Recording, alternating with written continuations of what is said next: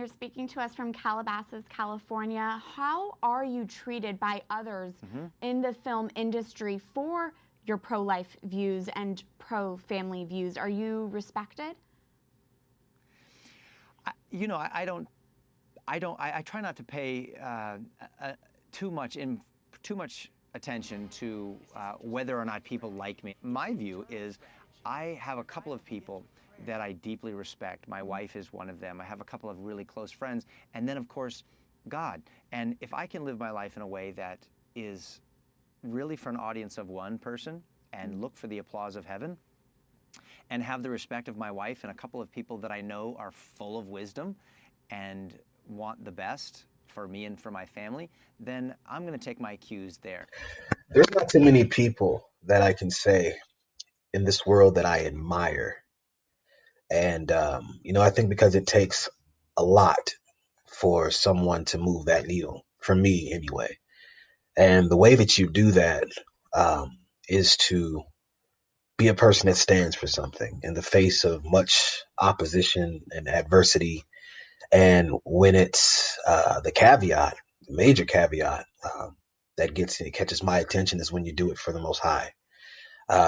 Kirk Cameron is one of those people that, when I was growing up, I used to, of course, watch Growing Pains and all, it's just avid TV watcher, but that was one of the shows that I really enjoyed. And, he, of course, he was just an actor, goofy guy, just a good actor. I just watched him for that,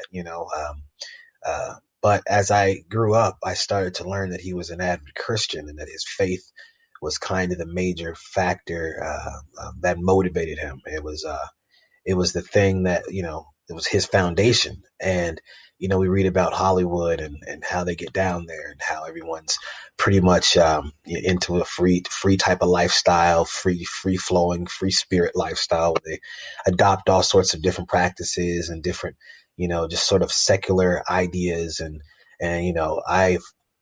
I just kind of like placed him in that lump, but as time went along, I started to hear how he would take stands for God and in my and about against abortion and even homosexuality and just challenging the validity of it and basing it off of his faith and off of his understanding of the Word of God.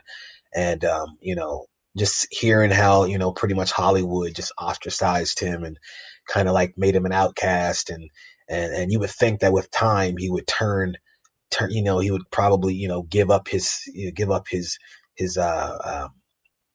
his fight, and he might say, I want to be accepted and I want to be a part of the crew again, and maybe it would open up some opportunities for him to get movie roles and do some other things as such, but he never did.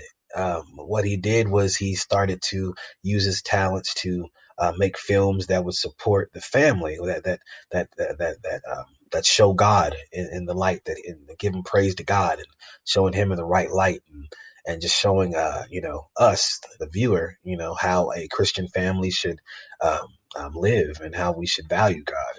And that's very, something that I really respect, because in the face of all opposition, this man actually showed and shows that he stands for God. And, I look at it, he says, you'll know them by their fruits. And his work, every one of his films is God centric. It's talking about Christ and uplifting Christ, and he doesn't do that's just how he gets down. And so I'm just in awe of people like this, and also in this interview that you're going to see, that I'm going to show you. Um, you're going to hear how the lady asks him how Hollywood accepts him, if they receive him, if they have gone against him. And you would think that he would just sort of kind of like sideswipe the answer.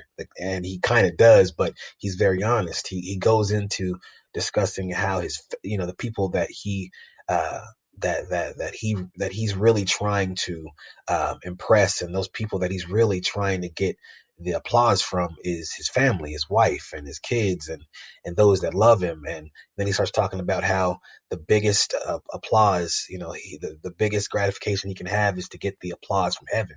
And I just really, When I heard that, I was really taken back by that, because that is what we're supposed to look for, is the applause from heaven, not the applause from people in this world to get their kudos, because it says that, in Matthew 22, it says that, the world will hate us.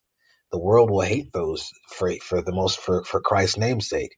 And so we may not have many friends in this world, but if you look for that applause that comes from heaven at the end of this whole thing for how we lived on this earth, that's the most important thing that you could ever have.